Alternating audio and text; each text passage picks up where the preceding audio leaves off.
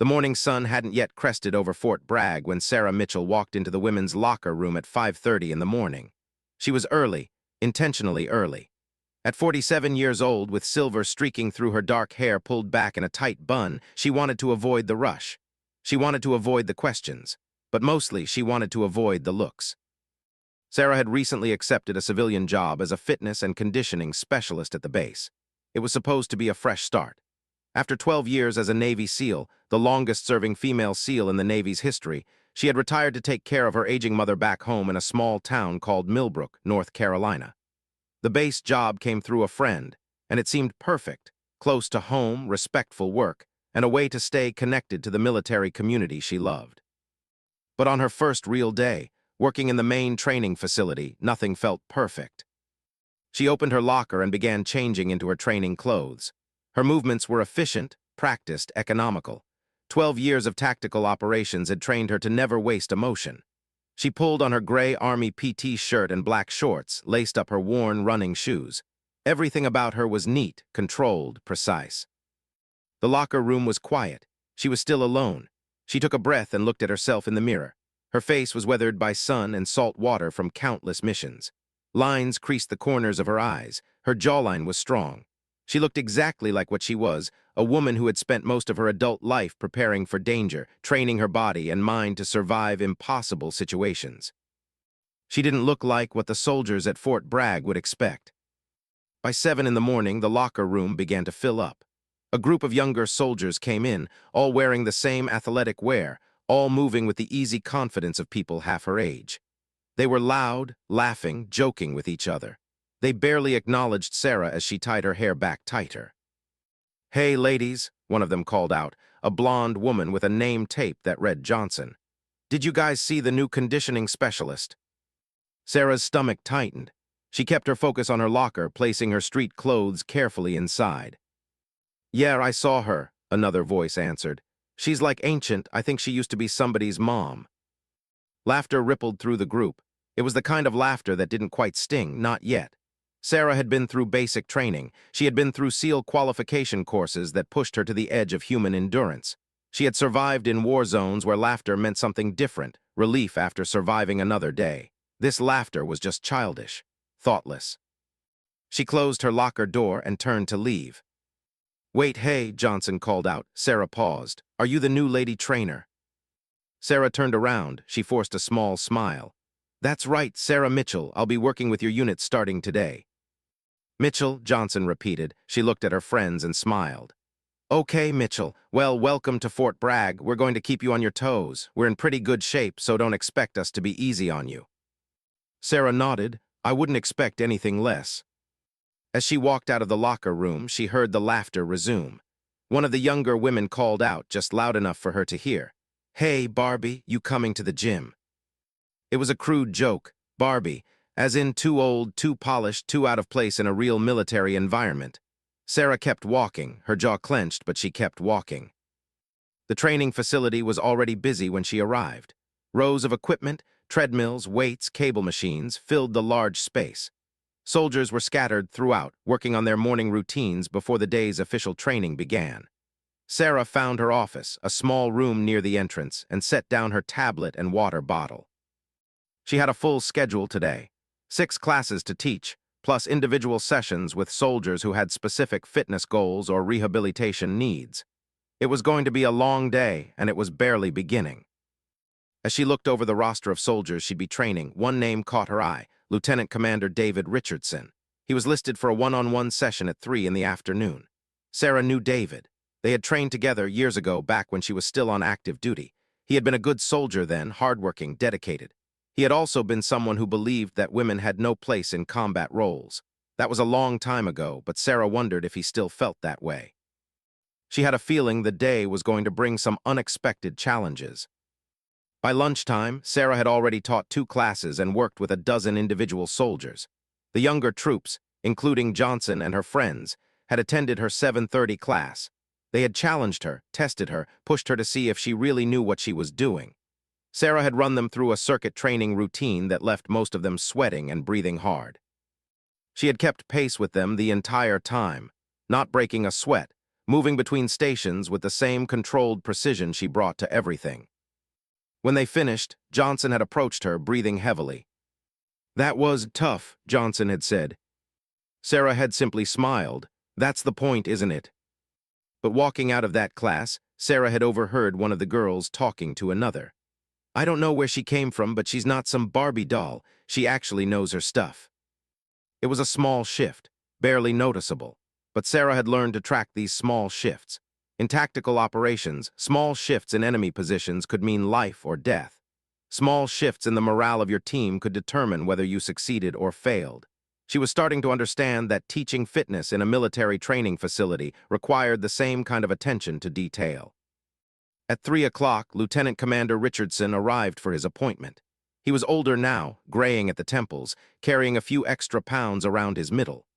Military life had been good to him in some ways, less good in others. He stopped in Sarah's office doorway, and his face registered a moment of genuine shock. "Sarah," he said, her name like a question. "Hello, David. Good to see you." Sarah stood up and extended her hand. He shook it, but confusion was written across his features. "What are you? I didn't know you were here. At the base, I mean. I thought you were still." "I retired," Sarah said. "About 6 months ago. I'm working here now." "Retired from what?" David asked. Sarah met his eyes. She could see the moment he was trying to remember, trying to place her in the context of his military experience, trying to understand why she seemed so familiar, so certain, so confident about being in this place. "Why don't we talk about that after your workout?" Sarah said. "Right now, let's get you assessed. I want to check your baseline fitness level." As she walked David through a series of exercises, cardiovascular tests, strength measurements, flexibility assessments, she realized something. He had no idea.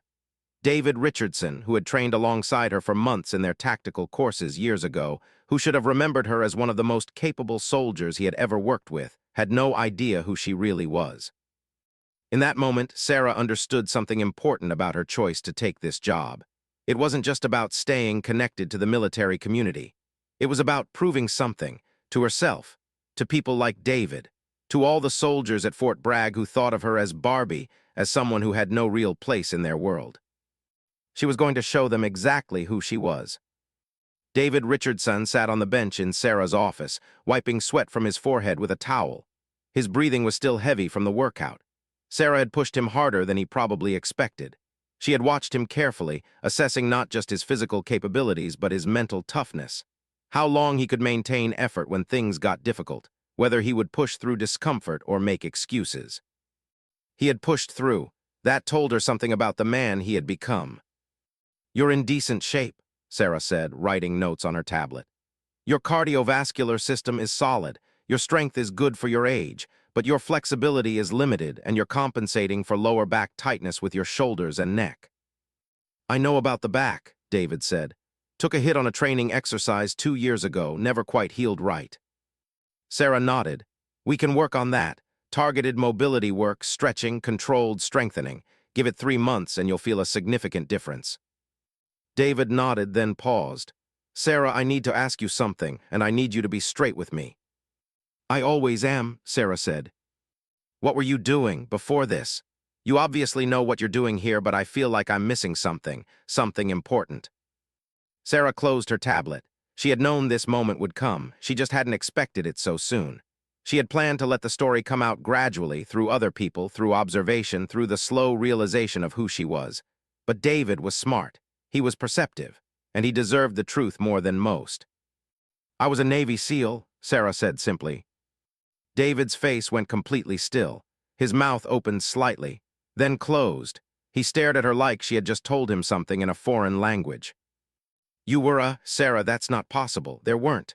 I mean, the Navy didn't start allowing women in SEAL teams until 2015, Sarah said, and I was one of the first. I qualified in the fall of 2015. I served for 12 years. I was part of 18 combat operations. I've trained operatives in 6 different countries. I hold the record for highest mark on the Advanced Demolitions course. I also hold the record for most successful rescue operations in my unit." David just stared at her. His mind was visibly working, trying to reconcile the image of the woman sitting across from him with the concept of a female Navy SEAL. It wasn't working. I don't understand, he said finally. Why didn't anyone know? Why haven't you? Why are you working here instead of? Still serving? Sarah finished his sentence. Because I needed to take care of my mother, because my body told me it was time, because I wanted to do something that didn't involve planning how to stay alive in hostile territory. Is that hard to understand? No, David shook his head. Sarah, that's incredible. Sarah felt something shift in her chest. It wasn't anger. It wasn't frustration. It was something like loneliness. The loneliness of carrying a secret identity, of being one thing in the world and something completely different in another place. She had hidden this part of herself because she wanted the job here to be about who she was now, not who she had been. But hiding it felt like a betrayal of everything she had accomplished. The other soldiers call me Barbie, Sarah said quietly. David flinched. They what? The younger ones, Johnson and her group. They think I'm just some old woman trying to look like she belongs in a military environment. They think I'm a novelty, a joke. David stood up abruptly. That's not acceptable. That's insubordination. You need to report it. To whom? Sarah asked. To the officers who don't know who I am, to the base commander who only sees a civilian contractor. They won't understand, David. And the worst part is it doesn't matter. They'll figure it out eventually. They always do.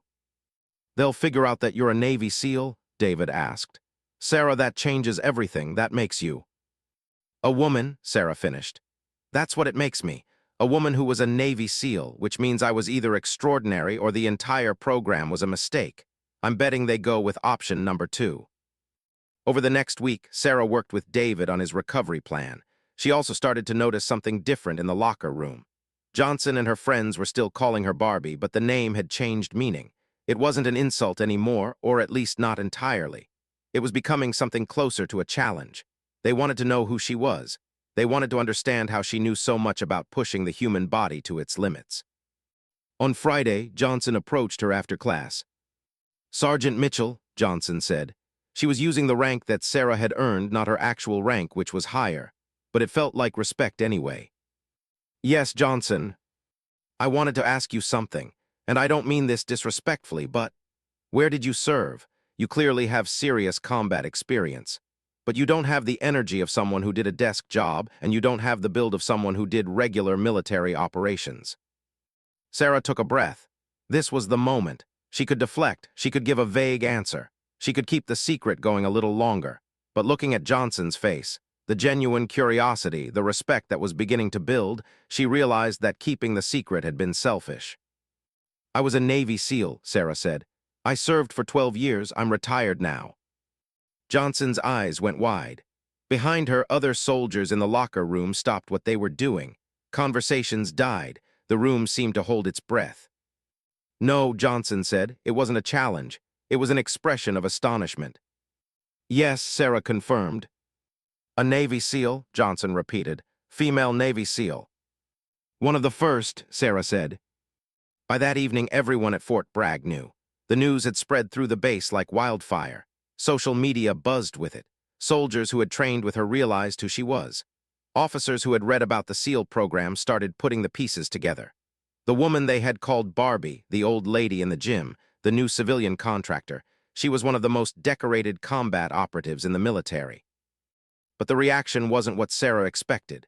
It wasn't all positive. Some soldiers didn't believe it. Some thought she was exaggerating. Some felt embarrassed about how they had treated her. Some felt angry, as if she had lied to them by not telling them immediately. And some, like Lieutenant Commander Richardson, seemed to struggle with the cognitive dissonance of everything they thought they knew being fundamentally wrong. Sarah prepared for backlash. She had faced it before at different points in her career. You didn't become one of the most decorated female SEALs in history without facing people who questioned whether you belonged. But this felt different. This felt personal in a way that combat operations never had. On Monday morning, Sarah arrived at the base to find herself placed on administrative leave pending an investigation into her credentials. Someone had filed a complaint claiming she was misrepresenting her military service. The officer conducting the investigation, Colonel Patricia Hayes, was professional but distant. These are serious allegations, Colonel Hayes said, reading from a file. If you falsified your military record to gain employment, that's a federal crime. We need to verify everything. Sarah understood. She had expected this. My service records are available through Navy personnel files, she said. You can verify everything through official channels. We will, Colonel Hayes said. In the meantime, you're suspended pending the outcome of this investigation. Sarah walked out of the colonel's office knowing that the next few days would determine not just whether she kept her job, but how her legacy would be remembered at Fort Bragg. She had spent a career operating in the shadows, doing work that nobody would ever know about. Now she was operating in the light, and the light could burn. She went home to her mother's house in Millbrook and waited. She waited for verification. She waited for the truth to be confirmed. She waited to see if people would believe her or if she had waited too long to tell them who she really was. Sarah's small hometown of Millbrook, North Carolina, had a population of about 8,000 people. It was the kind of place where everyone knew everyone, where the local diner closed at 9 in the evening, and where the biggest news was usually about high school football. Sarah had grown up here before the Navy, before becoming someone different. Her mother, Margaret Mitchell, had watched her daughter transform from a quiet, determined girl into something even stronger. The investigation took 7 days. During those 7 days, Sarah's military service records were verified. Her combat deployments were confirmed. Medal citations were reviewed. Photographs from official Navy publications were examined. Everything checked out perfectly. Sarah hadn't exaggerated a single thing. If anything, her public resume had undersold her actual accomplishments. On the 8th day, Colonel Patricia Hayes called Sarah back to her office. She stood when Sarah entered, and there was something different in her posture, a kind of respect or perhaps recognition. Your record has been fully verified, Colonel Hayes said. Commander Mitchell, I apologize for the inconvenience of this investigation. It's clear that you are who you claim to be. More than that, you are who the military records say you are. Sarah nodded. What happens now?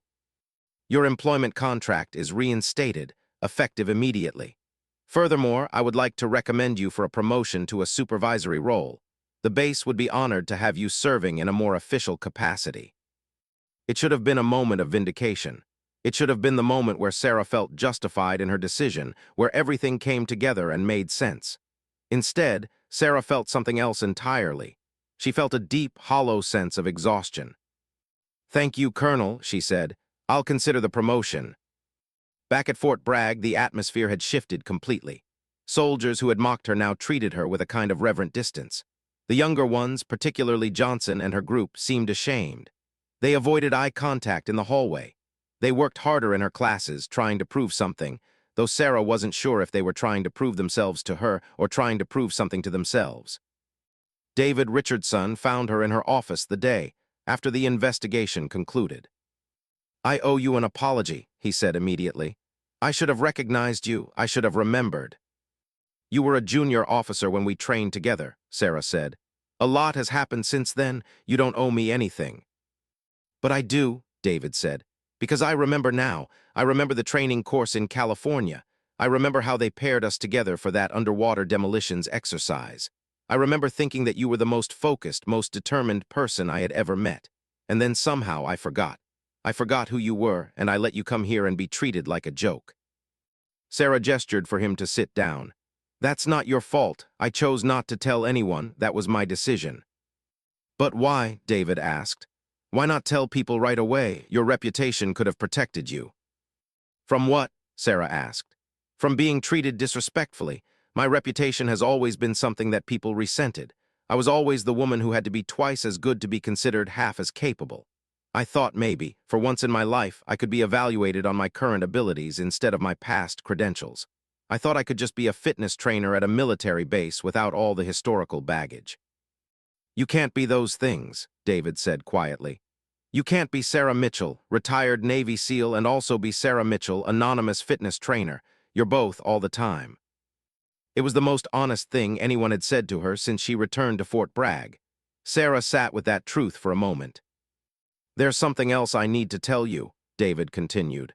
The complaint that triggered the investigation, I was asked to file it. Sarah's attention sharpened. By whom? By Major James Crawford. He's in the command structure here. He told me that you were claiming military credentials you didn't have and that it was my duty to report it. He said it was to protect the integrity of the base. I didn't believe him. Honestly, I don't think I ever really believed you were lying. but I did it anyway because he was my superior officer and I trusted his judgment. Sarah felt something cold move through her chest. Why would Major Crawford do that? Because he's running a sexual harassment operation, David said. I didn't fully understand it until after the investigation was completed, but it's become clear. He's been using intimidation tactics against female soldiers on the base. There were 6 women who filed complaints against him over the past 2 years. All of those complaints were dismissed or settled quietly. He has friends in high places, people who protect him. When you showed up, when you started training soldiers, when you clearly had authority and credibility, he saw a threat. A threat, Sarah repeated. How? Because if soldiers respect you, if they see you as someone to emulate, someone strong and capable, then they might get ideas about demanding better treatment. They might stop accepting harassment as just part of the military experience. You became a symbol without even knowing it. Sarah understood. She had seen this pattern before in different contexts. Power tried to maintain itself by controlling who could be seen as powerful. If the powerful person was a woman, the threat was even greater. What do you want me to do with this information? Sarah asked. I want you to know the truth, David said. And I want you to know that if you decide to do something about it, I'll back you up. Whatever you need from me, I'll testify, I'll provide documentation. I'll do whatever it takes to make sure Crawford is held accountable for what he's done. That evening, Sarah sat with her mother in the living room of the small house where she had grown up. Margaret Mitchell was 79 years old, sharp as a tack, with kind eyes that had watched her daughter grow from a girl into something remarkable. You're angry, Margaret said. It wasn't a question. Yes, Sarah admitted. I'm angry. I came here to do something good, to teach people how to take care of their bodies and minds, and instead I became a political pawn. Are you going to do something about it? Margaret asked. I don't know, Sarah said. If I go after Crawford, it becomes about him. It becomes about military politics and internal affairs investigations. The story becomes about scandal, not about the actual harm he's caused. And if you don't? Margaret asked. Sarah didn't answer. I raised you to be brave, Margaret said. Not just in combat, but in standing up for what's right. When you were 6 years old, you tried to convince the ice cream man to give free samples to kids who didn't have enough money. You understood fairness in a way that most children don't. That didn't change when you put on a uniform, did it? It just got focused in a different direction. If I do this, Sarah said, if I come forward against Crawford, it will be a media circus. They'll dig into my service record, my personal life, everything. They'll try to discredit me. They'll try, Margaret agreed, but they won't succeed. You've already lived through the hardest things you're likely to face in your life. You've survived things that most people can't even imagine. You think a media circus is going to break you. Sarah looked at her mother. She thought about Johnson and the other young women at Fort Bragg. She thought about the 6 women who had filed complaints against Crawford and been silenced. She thought about all the women in the military who stayed quiet because speaking up seemed impossible. The first phone call Sarah made was to a retired JAG officer named Colonel Michael Torres, a man she had served with for 3 years. Colonel Torres was now practicing military law and had a reputation for being one of the few lawyers willing to take on cases against military command structures. He listened to Sarah's entire story without interrupting. This is significant, Torres said when she finished. And it's dangerous. Crawford has protected himself well. But if you're willing to provide testimony, and if David Richardson is willing to corroborate, and if we can get the other female soldiers to come forward, we might have something that's difficult to ignore. How difficult? Sarah asked. Federal investigators would have to get involved, Torres said. This crosses into criminal territory, sexual harassment, intimidation, abuse of command authority. Crawford will have lawyers. The military will be protective of its own. But if we do this right, if we document everything and present it systematically, we can force accountability. What's the cost? Sarah asked. To the women who come forward. Significant, Torres admitted. They'll have to relive the experiences. They'll be questioned aggressively. Their credibility will be attacked. But the alternative is that Crawford stays in power and this continues. Sarah thought about the 6 women who had filed complaints. She thought about the younger soldiers at the base who were still forming their understanding of what a military career could mean. She thought about Johnson and whether she was brave enough to do what was necessary. Start the process, Sarah said. What happened next moved quickly, because now there was a framework, a structure, a legal avenue. Colonel Torres reached out to the 6 women who had filed complaints against Crawford. 5 of them were still on active duty or in reserve status. All of them agreed to participate. Torres also contacted the legal aid office at Fort Bragg and coordinated with military legal authorities to formally document the allegations. The paperwork went to the base commander, then up the chain of command to the Naval Criminal Investigative Service. NCIS opened an investigation, and because there was now federal involvement, media inquiries started to appear. A reporter named Janet Morrison from a major news outlet learned about the story. She called Sarah directly. "I know who you are," Morrison said. "I know your complete military record, I know why you're at Fort Bragg, and I know why you're now coming forward against Major James Crawford. I want to do a story about this." Sarah had expected media attention. She had prepared for it. But hearing it articulated, her entire life, her entire story, condensed into a news item, made her stomach clench. "What kind of story?" Sarah asked. "The truth," Morrison said. "Female Navy SEAL comes home, discovers military sexual harassment operation at her base, puts her reputation on the line to stop it. That's the story. That's the real story." "It's not a heroic story," Sarah said. "It's a complicated story, and it might not end the way we want it to." "Most real stories don't," Morrison said, "but I think people need to hear this one." The article came out on a Tuesday morning. It was featured on the front page of the news section. "Decorated Navy SEAL exposes sexual harassment ring at military base. How one woman's courage is challenging command structure," was the headline. The article detailed Sarah's service record, her accomplishments, her retirement, and her discovery of the harassment operation. It included interviews with 3 of the 6 women who had filed complaints. It quoted Colonel David Richardson describing Crawford's manipulation. It was thorough, fair, and absolutely devastating to Major Crawford's position. Within hours, the story went viral. Social media exploded with commentary. Supporters praised Sarah's bravery. Critics questioned whether she was making accusations without proper evidence. Military veterans debated the implications. News outlets picked up the story and expanded it. Cable news networks created graphics and started discussing it in depth. Major James Crawford went on administrative leave. His lawyer issued a statement claiming that he was cooperating fully with the investigation and that the allegations were being distorted by media sensationalism. But his position was clearly compromised. Other officers who had protected him before suddenly became unavailable for comment. The NCIS investigation accelerated. Investigators interviewed everyone involved. They reviewed emails, phone records, personnel files. They built a documentary case that was difficult to dispute. 6 credible witnesses, multiple incidents, a clear pattern of behavior, a command structure that had known about it and done nothing. 3 weeks into the investigation, Sarah received a call from Lieutenant Commander Richardson. "He's resigning," David said. "Crawford is resigning his commission. He's going to accept a settlement that basically forces him out of the military.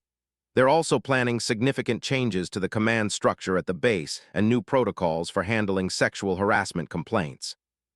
Sarah felt the tension in her chest release slightly. It wasn't justice in the way that civilian courts might deliver it. Crawford wasn't going to be prosecuted. He was getting to leave with his pension intact. But he was gone, and the system that had allowed him to operate was being reformed. "What about the women?" Sarah asked. "What happens to them?" "They're getting settlements," David said. "Not enough, probably, but better than what they got before. More importantly, they're being vindicated. Their complaints are being taken seriously now, and there's going to be a permanent oversight committee to prevent this kind of thing from happening again." That evening, Sarah got a message on social media. It was from Johnson. The message was simple. "Thank you. You did what I didn't know how to do."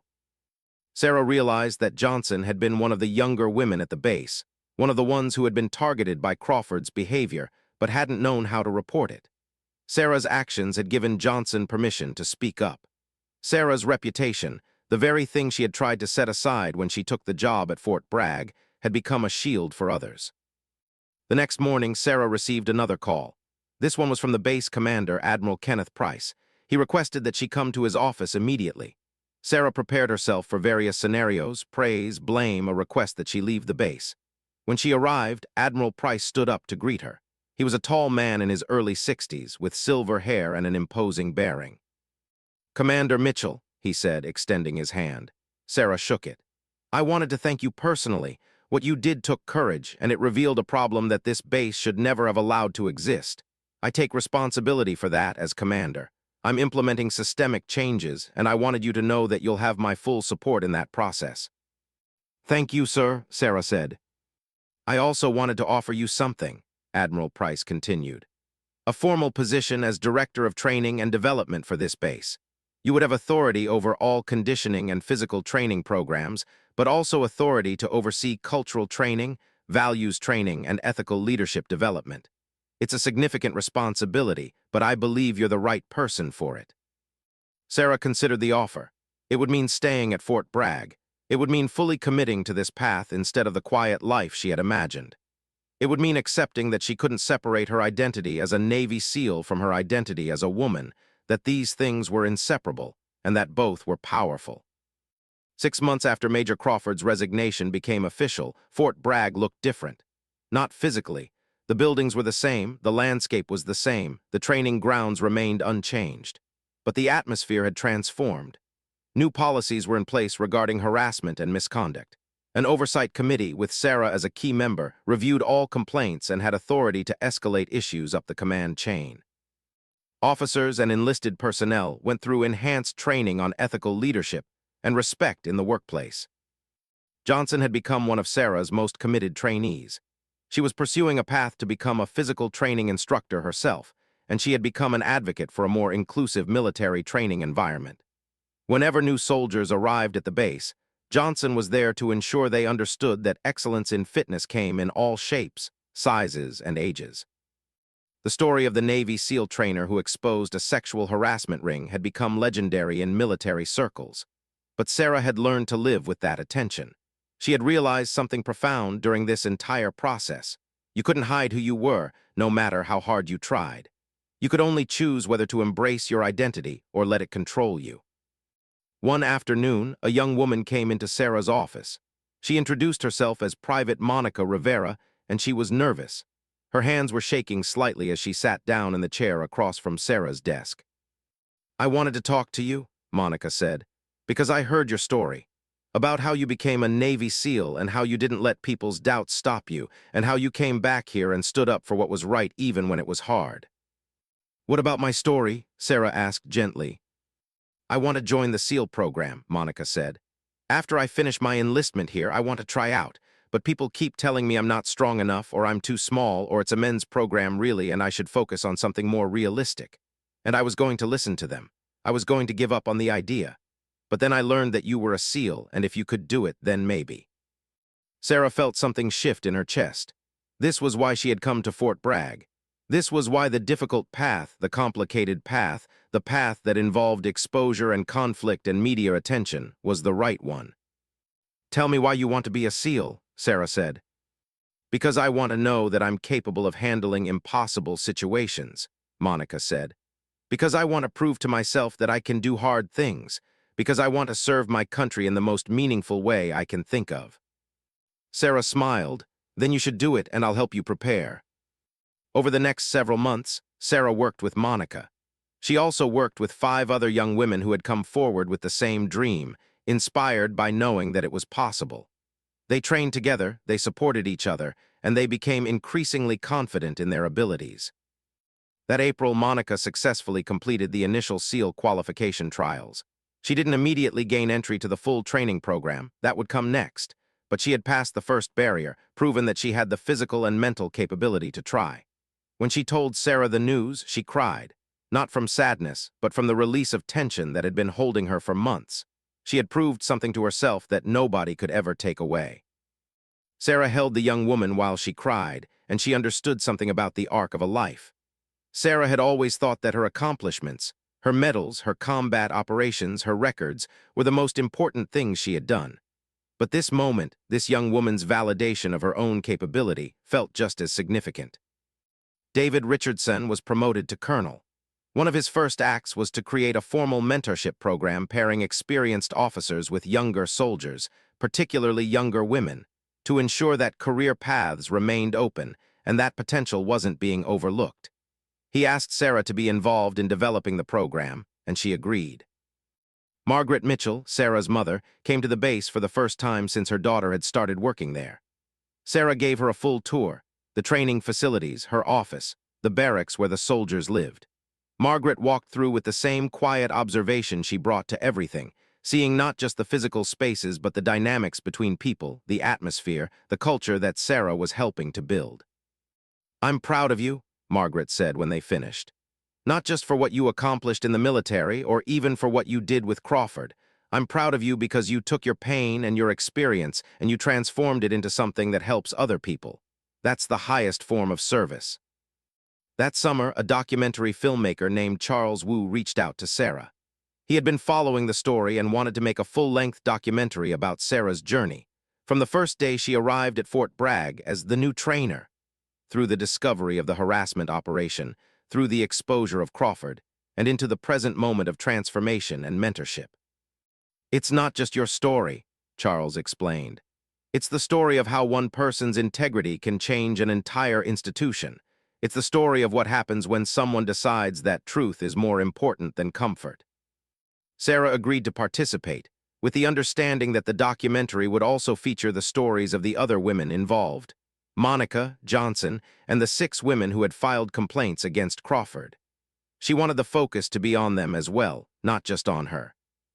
The documentary premiered at a film festival in the fall. It was called Barbie, using the name the soldiers had once mocked Sarah with, but transforming it into something else entirely. A story about resilience, about the power of standing up, about the unexpected hero who looked nothing like what people expected a hero to look like. On opening night, Sarah sat in the theater between her mother and Colonel Richardson. As she watched her own story unfold on the screen, she felt the weight of the past months lift from her shoulders. She had made the right choice. She had chosen truth over comfort, integrity over safety, and the harder path over the easier one. When the film ended, the audience stood and applauded. Sarah didn't feel famous. She didn't feel celebrated. She felt something more fundamental. She felt seen. Her entire life, both the public parts and the private struggles, had been witnessed and validated. Afterward, in the lobby, Monica approached her. Monica was now preparing to enter the full SEAL training program, beginning in 3 months.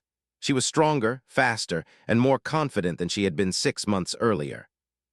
"I wanted you to know," Monica said, "that whatever happens with the training program, I'm grateful, not just for the training, but for showing me that it was possible, for proving that women like us belong in spaces where we're not expected." Sarah hugged the young woman. "You're going to do amazing things," she said, "and you're going to pave the way for the next generation." That night, Sarah drove home to Millbrook. She sat with her mother on the porch, looking out at the small town where she had grown up. This was home in a way that the military base could never be. This was the place where she had learned to be brave, where she had learned to value integrity, where she had learned that standing up for what was right wasn't always comfortable, but it was always necessary. "What's next?" Margaret asked. "I don't know yet," Sarah admitted. "I'm finally comfortable with not knowing. For so many years, I needed to have a plan, to know exactly what was coming next, to be prepared for every possibility. But maybe it's okay to just exist here for a while, to build something, to help people become who they're meant to be." "That's wisdom," Margaret said. "That comes from a lifetime of listening to what matters." Sarah looked at her hands in the gathering darkness. They were strong hands. They had held weapons and held people. They had been used for violence and for care. They had done hard things, and now they were ready to build something new. As the sun set over Millbrook, Sarah understood that her journey wasn't over. It was just transforming into something different. The decorated Navy SEAL was becoming something equally valuable: a teacher, a mentor, a voice for change. And in Barbie Mitchell, as she had become known, soldiers at Fort Bragg and beyond had found not a punchline but an inspiration. The name that had started as mockery had become a testament. A woman who didn't fit anyone's expectations had become exactly who she was always meant to be. And in doing so, she had changed not just her own life, but the lives of everyone around her who had been waiting for permission to be extraordinary.